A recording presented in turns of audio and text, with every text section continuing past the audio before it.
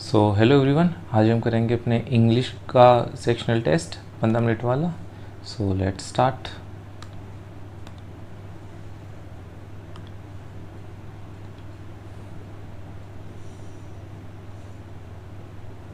So first question is choose the grammatically correct option from among the four given sentence. तो you are seeing this film will be objected to. You're having seen this film will be objected to. Yours seeing this film, ये अभी मैं skip कर रहा हूँ। क्या है next question? Direction following your pair of similar words is provide, you are required to select the option.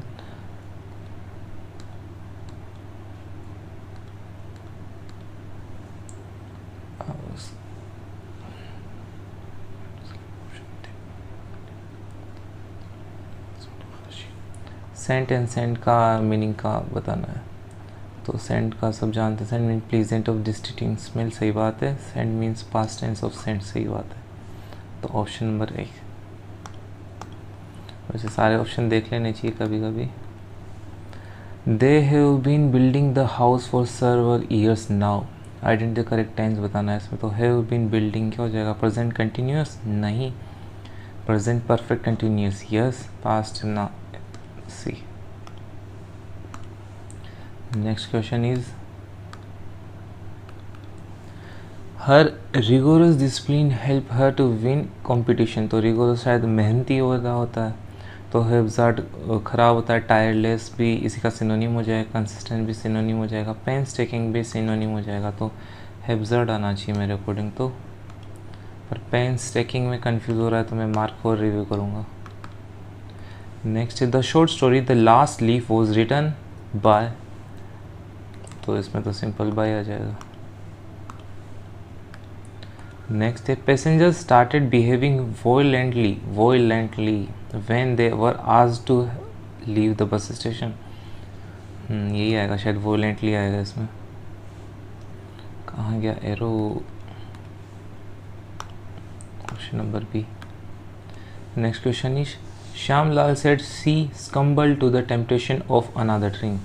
तो said का हो जाएगा, सेड ही रहना चाहिए क्योंकि सेड टू का टोल्ड होता है, पर सब में टोल्ड है। तो let's see, she succumbed, she had succumbed told her whether she had succumbed. Whether का तो कोई सीन नहीं। Told her that she was succumbed, second form दे रखा है ना, तो पास्ट जाएगा, तो ये वाला आना चाहिए। Next question, Ritu will have completed the project of making post cards. Passive बनाना है, विल हैव कंप्लीटेड का क्या हो जाएगा? विल हैव बीन कंप्लीटेड हो जाएगा। Option number C. Next question is he not bear the construction noise and run out of room. He could not bear, past का है ना। Next, the children ran out of the classroom after the bell rang. तो ran out आना चाहिए, बाहर गए ना। रैन इन, रैन over, रैन कुछ नहीं आएगा, ran out. Next question is C single handedly surrender the full burden of raise 3 children after husband passed away. Surrender नहीं आएगा, शेयर नहीं आएगा, शोल्डर्ड आ जाएगा क्योंकि उसने जिम्मेदारी निभाई ली। Next, from the given 4 options choose the correct. The accident could have been much worse, luck no harm was done. There were almost 60 people there. My father is very quicker than, नहीं, क्यूकर भी लगा दिया, then भी लगा दिया। I met my mother seldom and में नहीं आता ना, फर्स्ट या फिर फोर्थ हो सकता है शायद, confusion. The accident could have been much worse, luck no harm was done. तो मैं फर्स्ट पे जा रहा हूँ और मार्क फॉर रिव्यू कर रहा हूँ, एंड में देखेंगे। नेक्स्ट क्वेश्चन है अपना PQRS का। तो क्वेश्चन क्या है? The cook that had won. तो पहले ऑप्शन देख लेते हैं, बी और डी और ए। तो पहले मैं बी से जाऊँगा। Once there were 2 cooks living in same frame yard who could bear the sight of each other, who could not bear the sight of each other. They fought until one of them was beaten and crawled off to corner to hide. At least one day they flew to the fight. It broke in clothes. तो D के बाद C आएगा. The cook that had won the battlefield, ये last में आ जाएगा. तो BDC है, BDC है, मिल गया. Jump on the bandwagon. Hurry things up. नहीं, not follow the leader. Take a do what everyone else is doing. Easy सा है तो. Previous year. Next is long gone are the days when customs and excise boats patrol the coast with the aim to prevent and catching smugglers. Coast with आता है क्या? Coast the aim of preventing and catch. Coast with the aim of preventing and catching. हाँ, दोनों में ing आएगा या दोनों में ing नहीं आएगा. With the aim of prevention and catch. Preventing and catching. फिर जा रहा हूँ मैं, फिर भी मैं इसको एंड में देखूँगा. She accused her sister of behaving vindictive. When vindictive क्या होता है? दोषी, निर्दोष. तो इसका सिनोनिम बताना है. Right yes.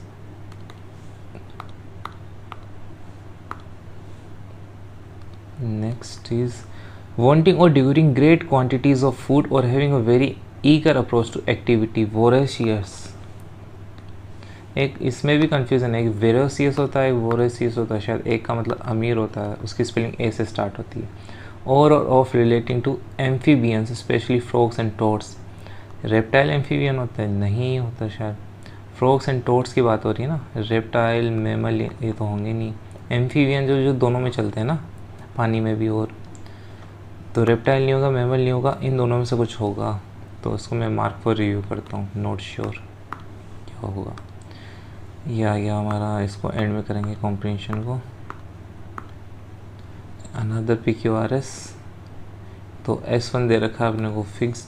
Smoke oozed up between the planks.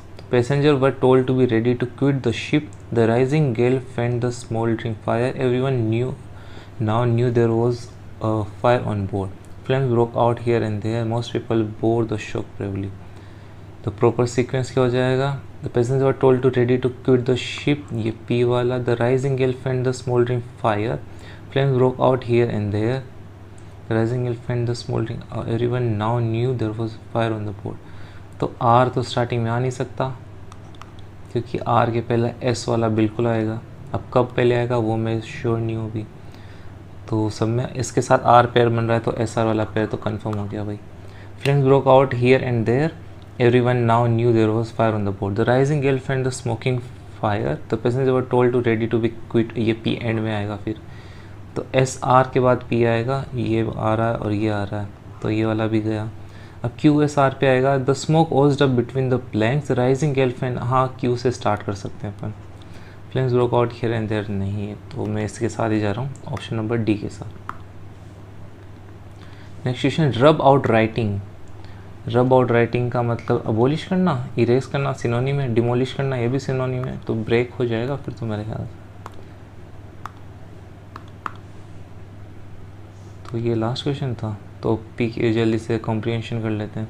Consider the following statement about the impact on the US culture and slavery narratives. तो इसके लिए तो पढ़ना पड़ेगा भाई, कोई चारा नहीं. पढ़ लेते हैं हम जल्दी एक बार. 6 मिनट बचे हुए हैं. In the second half of the 20th century the soft power of the US empire brought its movies and television to rest of the people of the Americans. Novels such as Harriet Beecher Stowe's Uncle Tom's Cabin and Wallace Ziobi 1977 film and television adaptation made a big impact around the world, including Brazil and the rest of Latin America. Another main US slavery was the unsocial nature of the population increase. Brazil imported approximately 4.8 million enslaved Africans, that more than 12 times slave men from Africa live in the region of present-day US.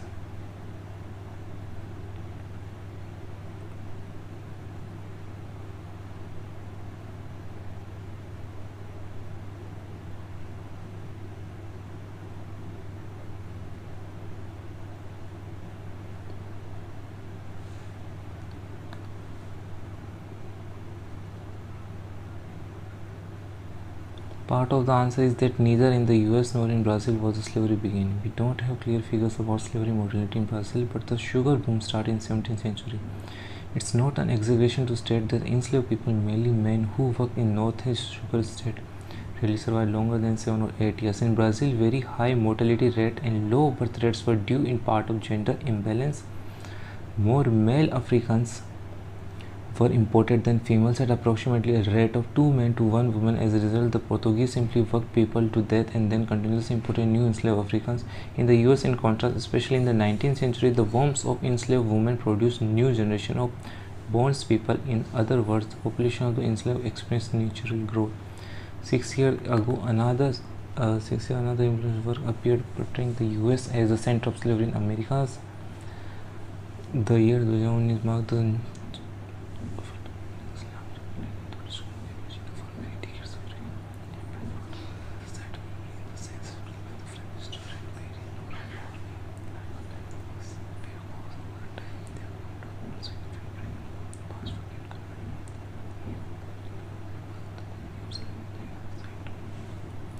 तो पढ़ लिया हमने एक बार. अब question पे देखते हैं. Consider the following statement about the impact of US culture and slavery narratives. US movies and television influenced the audience across America in the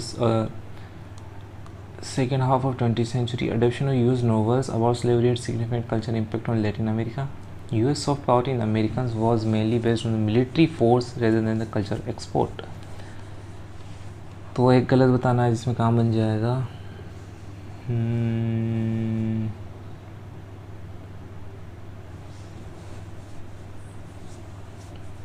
जिसमें टेलीविजन इन्फ्लुएंस ऑडियंस को अक्रॉस द अमेरिकन. सही है पहला वाला. तो edition use novel about slavery had significant cultural impact in Latin America. ये भी सही हो सकता है. US soft power in America was mainly based on military force. तो सॉफ्ट पावर मेनली, तो मैं भी फ़िलहाल इस पे जाऊँगा, टाइम बचेगा तो देखते हैं. नेक्स्ट क्या है. Demographic evaluate. Brazil imported far more enslaved African than US. सही बात है. By mid 19th century the enslave population in the US was larger than Brazil. ये भी सही बात है. The US depend on constant importation enslave African to maintain slave population. तो सारे सही लग रहे हैं इसमें. तो यही है ना. Another when US slavery was enslaved nature of population.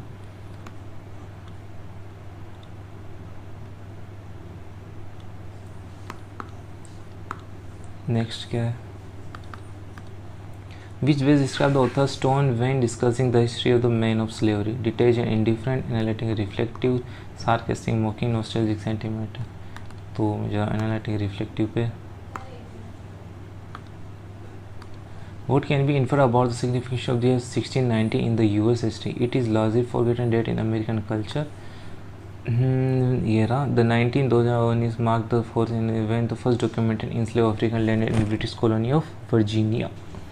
Abolition of तो ये तो नहीं है. शुगर प्लांटेशन भी नहीं है. Site of African American regarding slavery. सही है.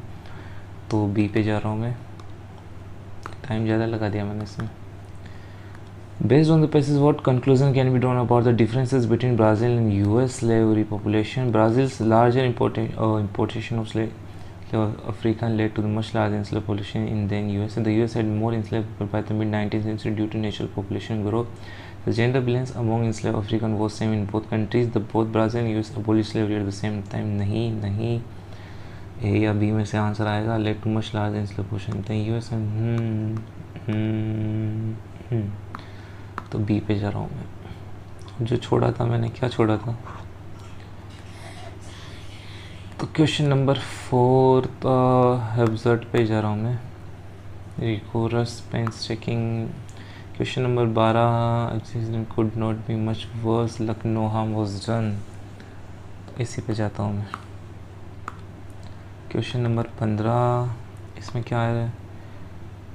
Cost with aim of preventing and catching. तो इस पे भी अनमार्क करता हूँ. क्वेश्चन नंबर 18 पे देखते हैं. हाँ ये भी सही है. वो रेसियस. और ये वाला नहीं किया मैंने 18 वाला. और for relating to amphibians specially frog and toads. तो इन दोनों में से एक पे जाना पड़ेगा. तो गेस लें. तो मैं इस पे जा रहा हूँ. डी पे. ये वाला गेस ले रहा हूँ मैं. ये पैसेज अपना बाकी रब आउट ऑफ राइटिंग का मैंने ब्रेक लगा दिया था. क्वेश्चन नंबर 1 को भी देख लेते हैं एक बार. 30 सेकंड बच रहे हैं. Choose the grammatically correct. You seeing this film will be objected to. yours being seeing this film will be objected to. you have seen this film will be object to. you are having seen आना चाहिए ना फिर. you are seeing this film. yours तो आएगा नहीं सी वाला तो फिर कट है. you are seeing this film will be objected to. you are having seen. you option number A पे जा रहा हूँ. तो ज़्यादा टाइम ले लिया मैंने इस टेस्ट में, स्पेशली उसमें पैसेज में ज़्यादा टाइम ले लिया ना. 5-6 मिनट ले लिए टोटल. थोड़े ऑप्शन बड़े बड़े थे उसके. क्या हुआ आंसर बताएगा नहीं बताइए. 35 ज़्यादा गलत हो गया मतलब क्वेश्चन.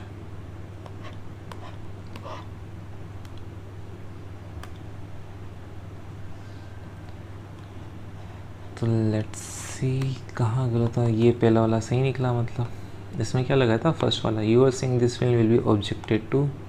सेकंड क्या था ये सेंट और सेंट तो दोनों इजी थे. थर्ड था हैव बीन बिल्डिंग. ये था प्रेजेंट परफेक्ट कंटिन्यूस अपना. रिगोरस का मीनिंग क्या था मेहनती. तो मेहनती का उल्टा क्या आ जाएगा ये हैब्सर्ड. Option number A. इसका मीनिंग क्या होता है तो रिगोरस होता है थका देने वाला और हैब्सर्ड मीन होता है लेकिन एनी ऑब्वियस प्रिंसिपल और organisation can be appropriately consider antonym of rigorous. लेकिन एनी ऑब्वियस प्रिंसिपल मतलब फालतू में. क्वेश्चन नंबर 5 था ये तो इजी था रिटर्न बाय. क्वेश्चन नंबर 6 क्या था इसका आंसर वॉयलेंटली था. इसका आंसर कंफर्म भी करते हैं एक बार. हाँ वॉयलेंटली वैन ये लिख रहा है यहाँ पे. तो नेक्स्ट क्या है अपना ये भी इजी था. क्या लगाया था अपन ने इसमें Shyamlal told that.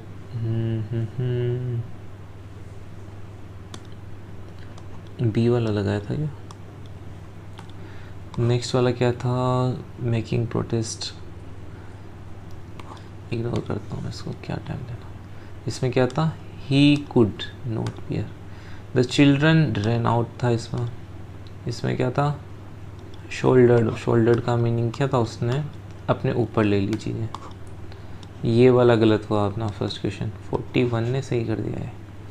Choose the correct given correct sentence choose करना है. The accident could have been much worse. There were almost 60 people there. My father is very quicker देना है तो फिर तो डी वाला जाएगा इसमें. नहीं बी वाला जाएगा. There were almost 60 people there. अब ये देखने पे तो लगा इसमें 2 बार देर है तो ये अनोमली है पर ये सही निकला. तो एक बार के थ्रू जाते हैं सारे ऑप्शन के. इसने समझा रखा हो बस नीचे. The option there were almost 60 people there is correct. The verb is be almost goes after it. The accident could have been much worse. Luck no harm has done is incorrect. The word luck is noun. Luck should be replace by luckily. अरे हाँ lucky लिया था. My father is very quicker then I ate chess. ये तो obvious इसमें तो anomaly 2 बार क्यूकर भी लगा रखा है देन भी लगा रखा है और वेरी भी लगा रखा है. तो much is use much quicker आएगा इसमें. अच्छा लास्ट वाला I met your mother seldom is incorrect. Met my mother seldom should be replace. Seldom हाँ सेल्डम स्टार्टिंग में आता है तो ये वाला तो सही था. इसका रीज़न भी एक्यूरेट था. तो नेक्स्ट क्वेश्चन जाते हैं क्वेश्चन नंबर 13. ये तो इजी था PQRS. और jump on the band wagon previous year question. इसमें क्या था ये aim of preventing and catching. ये गलत हुआ. विंडिक्टिव क्या होता है जो निर्दोष होता है ना. तो क्या लगाया था अपन ने राइटियस लगाया था. रिवेंजफुल आएगा इसका. तो क्या vindictive means showing strength desire revenge. अच्छा ये रिवेंज होता है वो विंडिक्ट होता है शायद फिर. VINDICT विंडिक्ट.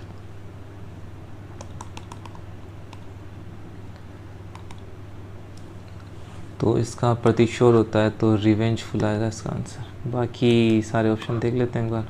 विजिलेंट सतर्क. राइट यस तो राइट पर्सन. वनरेबल का तो जानते हैं अपन. एक वेनरेबल होता है एक वल्नरेबल होता है. तो ये वेनरेबल है मतलब आदरणीय रेस्पेक्टफुल. और एक वल्नरेबल होता है VULNERABLE.